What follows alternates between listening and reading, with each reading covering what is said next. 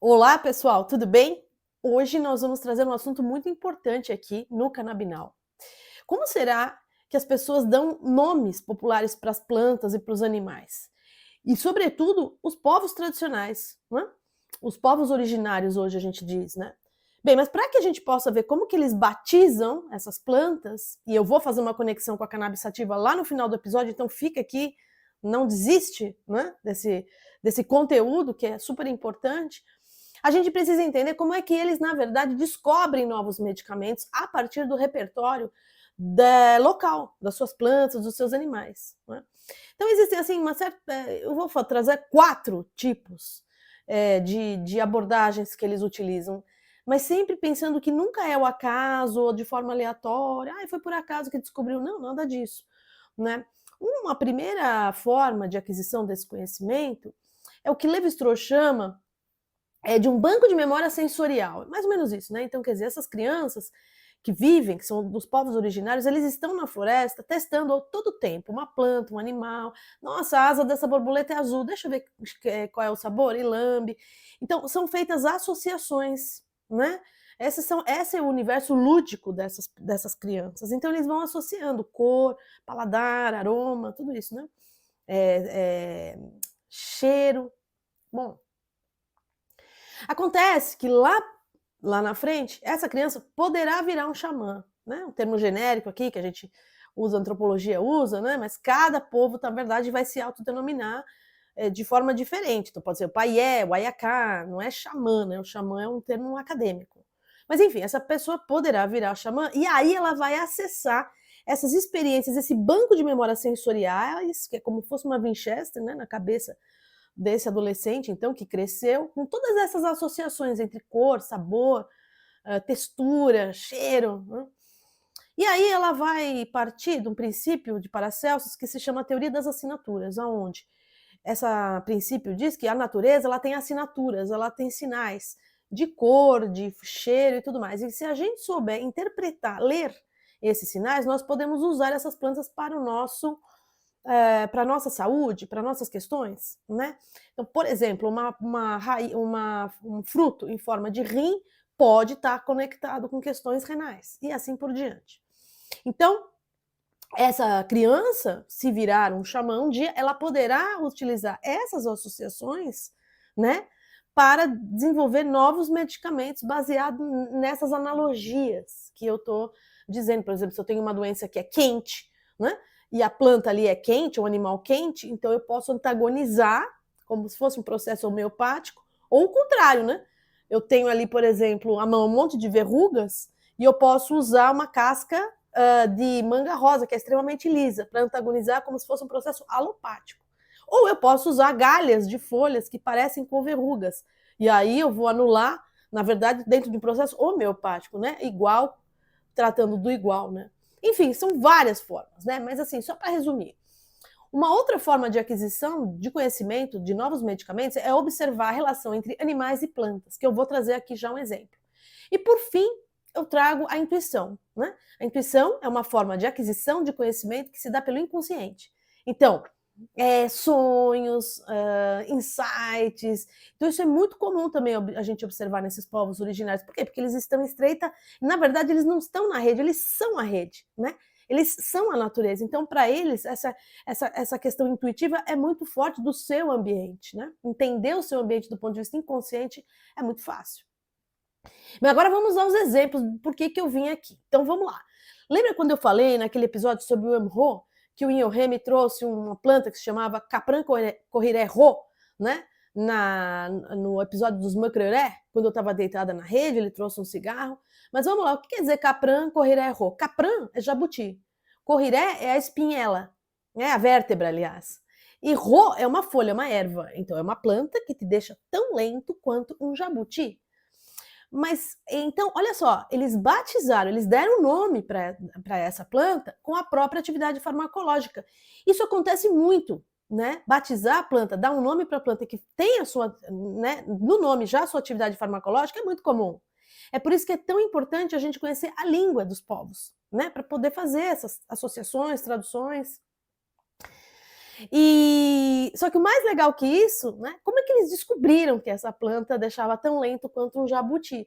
Então eles observaram que o veado, né, que é o mamífero, se não for o mais veloz do cerrado, é um dos mais velozes, quando esse veado consumia essa planta, o capran correirão, ele ficava um veado slow motion, então era mais fácil de caçar esse veado. Então eles observaram, nossa, então o que que essa planta tem que deixa esse veado lento? Aí começaram a experimentar a planta de várias formas, chá, em plástico, até que eles chegaram no cigarro. E aí o cigarro deu essa atividade, que é o nome da planta. Né? E vocês também observaram naquele episódio que tem várias plantas que se chamam capranca ou hererro, porque elas têm, então, uma atividade similar.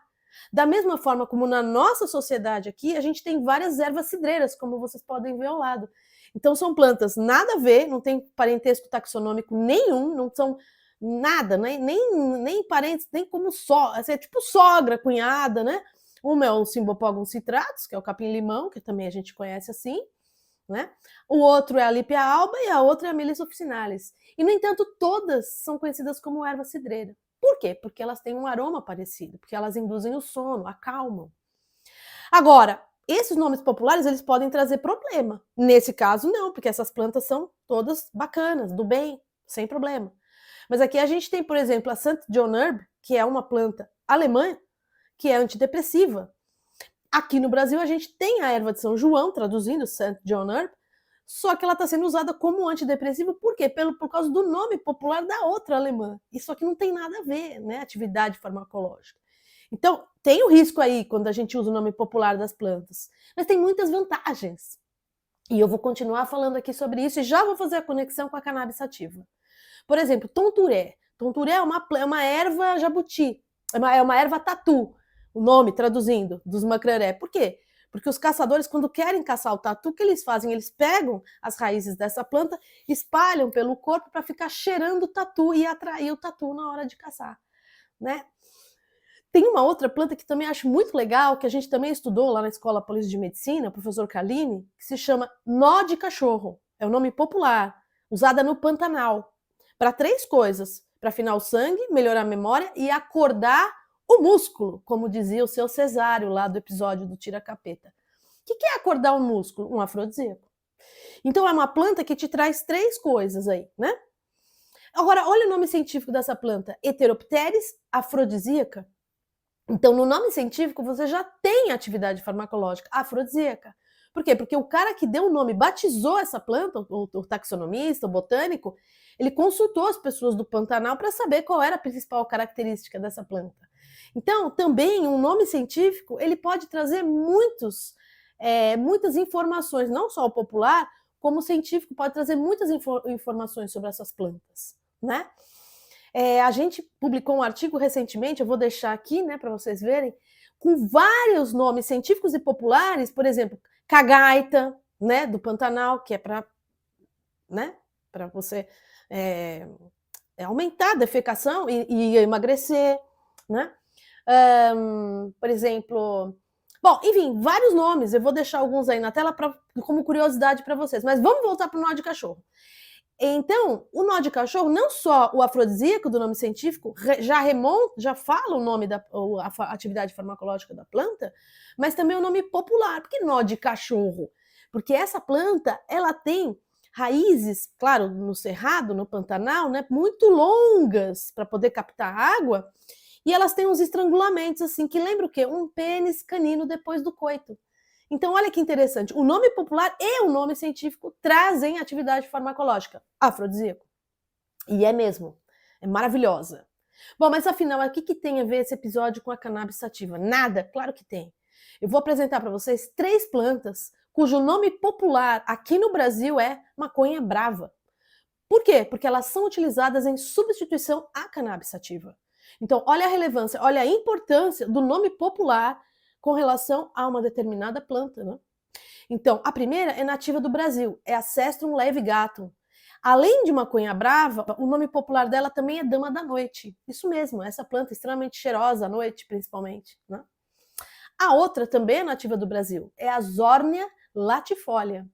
E aí temos aqui uma coisa muito grave, né? Porque essa planta, inclusive, ela é vendida pela internet como maconha, né? Então é um negócio complicado, né? A gente já vai chegar aí no complicado. E a terceira, que também é conhecida como maconha brava, não é nativa do Brasil, é a Zornia diffila, né? Agora, a gente numa busca rápida na internet, no Scopus, no PubMed, a gente vê que essas plantas não têm quase nada de estudos. Eu posso fazer um episódio, se vocês acharem legal, aprofundando mais nos estudos sobre essas plantas, mas o fato é que a gente sabe muito pouco. Então, qual é a segurança no uso dessas plantas, né? Como substitutas da cannabis sativa? Não sei. E eu não estou aqui tentando incentivar ninguém a usar nada, só tentando falar para vocês a importância que tem o conhecimento tradicional e o uso popular, e não só o tradicional, né? O conhecimento aqui no caso é urbano mesmo, né? Sobre essas plantas, né? E o nome popular da planta, porque um nome popular ou científico muitas vezes vai me dar dicas da sua atividade farmacológica. Então, eu espero que vocês tenham curtido esse episódio. Ele fala de uma coisa que é muito importante, que é nome popular de plantas e possíveis atividades farmacológicas. Então, fica com a gente, porque a semana que vem eu continuo nessa série Plantas Sagradas, onde eu trago curiosidades sobre pesquisas que eu venho realizando na área da etnofarmacologia. E logo, logo a gente volta para os artigos científicos sobre a cannabis sativa. Fica com a gente.